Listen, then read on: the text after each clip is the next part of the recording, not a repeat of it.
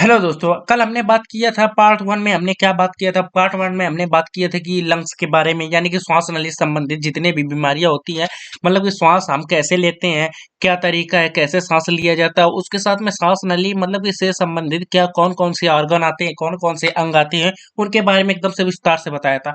तो आज part two है, जिसमें हम लोग बताएंगे सर्दी जुकाम और खांसी। यानी कि हमारे एनिमल को देखोगे तो सबसे ज्यादा मेनली ठंड के मौसम में या फिर गर्मियों में भी कभी कभी मेनली सबसे ज्यादा सिम्टम्स देखोगे तो ठंड के मौसम में 99% केस देखोगे सर्दी जुकाम खांसी बहुत ज्यादा केस देखने को मिलता है। जैसे कि मेनली ह्यूमन में ये देखोगे तो आदमियों में कितना ज्यादा सर्दी जुकाम और खांसी देखने को मिलता है, ये नॉर्मल केस है। जो कि देखोगे तो मेनली जो किसान होते हैं उनको भी बहुत ज्यादा केस दो देखोगे तो ऐसा परेशान करता है, और डॉक्टर जो होते हैं उनको भी काफी ज्यादा केस ऐसे देखने को मिलते हैं। तो आज के हम वीडियो में मेनली बात ही कर देंगे सर्दी जुकाम और खांसी के बारे में, कैसे होता है, क्या है, क्यों, क्या कारण है। तो अभी तक अगर आपने मेरे चैनल को लाइक नहीं किया, मतलब चैनल को सब्सक्राइब नहीं किया है, तो चैनल को सब्सक्राइब कीजिए। अब अगर बेल आइकन नहीं दबाए तो बेल आइकन को दबा दीजिए।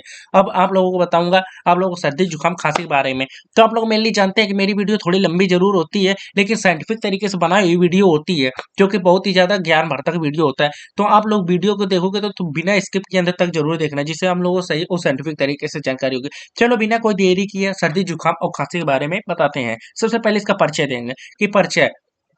तो इसमें देखोगे तो नाक की श्लेष्मिका झिल्ली में देखोगे तो उसमें वहाँ पर सूजन आ जाता है, जिसे हम लोग राइनेटिस कहते हैं।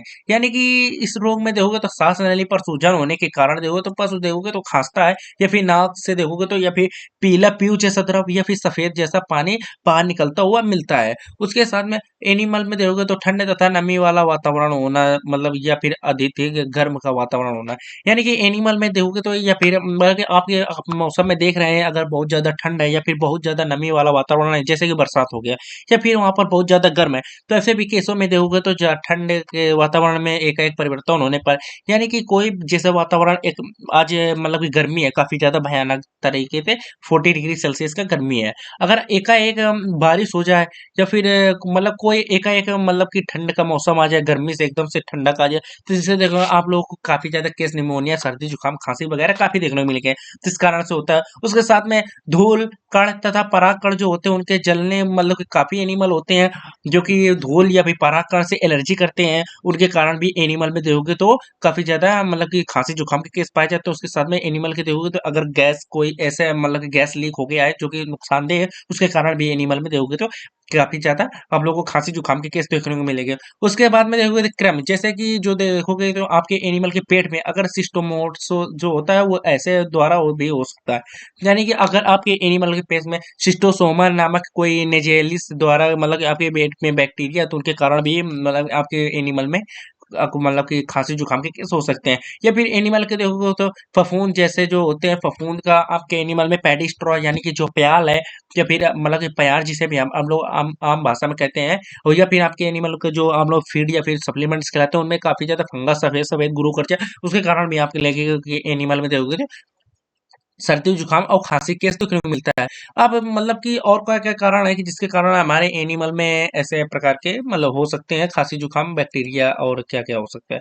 तो इसमें मेनली और देखोगे तो जीवाणु जो होते हैं, मतलब जैसे स्ट्रेप्टोकोकस या फिर स्यूडोमोनासिस या टिनोमाइकोसिस द्वारा भी ऐसे केस हम लोगों को देखने को मिलेंगे, जिसमें आप लोग के एनिमल में देखोगे तो मेनली खांसी जुकाम और बुखार के देखने को मिलते हैं।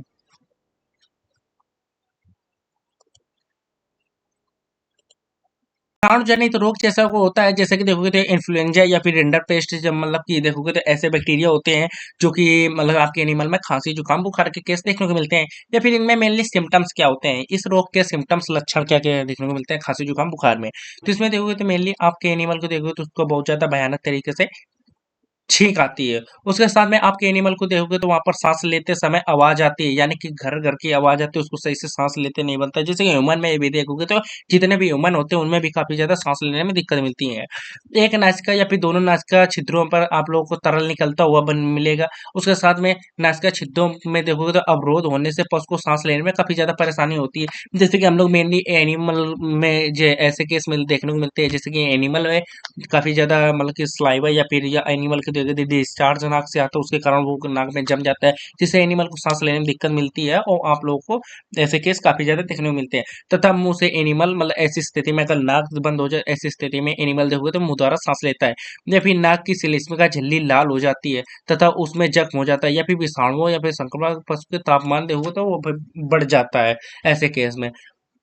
अब आप लोगों को अगर ऐसे केस देखने को मिल रहे हैं, मतलब कि ऐसे-ऐसे सिम्पटम्स देखने को मिल रहे हैं या फिर सर्दी-जुकाम वाले केस जो हम लोग देखने को मिल रहे हैं, तो इसमें हम मेनली क्या ट्रीटमेंट कर सकते हैं, क्या ट्रीटमेंट प्रोटोकॉल है?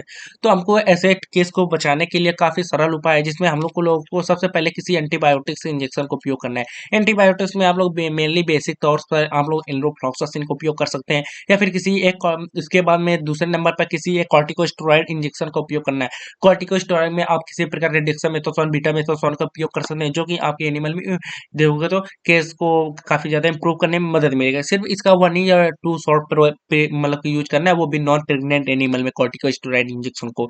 उसके साथ में आप लोग किसी एक सीपीएम इंजेक्शन का उपयोग करना है, क्योंकि ये एलर्जी के कारण भी आप लोगों को एनिमल में जुकाम के केस देखने को मिल सकते हैं, तो सीपीएम इंजेक्शन का भी उपयोग करना है। उसके साथ में किसी एक एनर्जी सोर्स का उपयोग करना है। एनर्जी सोर्स में आप लोग को या फिर जागरी यानी कि गुड़ का इस्तेमाल कर सकते हैं, या फिर किसी प्रकार के जो एनर्जी टॉनिक होते हैं आप लोग मेडिकल स्टोर से लेकर के उनका भी उपयोग कर सकते हैं, या फिर किसी एक हार्ड नॉर्मल सलाइन का उपयोग करना है। हार्ड नॉर्मल सलाइन में देखोगे तो हम आपका जो नॉर्मल सलाइन होता है उसको काफ़ी ज़्यादा गुनगुने पानी में आप लोगों को डाल लेना है, जिससे वो हल्का हल्का गुनगुना टाइप का हो जाए या फिर गर्म टाइप का हो जाए। उसको आप लोगों के एनिमल के मतलब कि उसके आईवी उसके नस में चढ़ाना है, जिससे देखोगे तो इतना ही ट्रीटमेंट प्रोटोकॉल मतलब कि आप लोग करेंगे तो आप लोग के इसको 100% सॉल्व करने में मदद मिलेगी। तो आज ये देखोगे तो वीडियो का पार्ट 2 है। अगर आप लोग वीडियो पसंद आई हो तो चैनल को देखोगे तो सब्सक्राइब करें, और अगर वीडियो पसंद आई हो तो वीडियो को भी लाइक करें।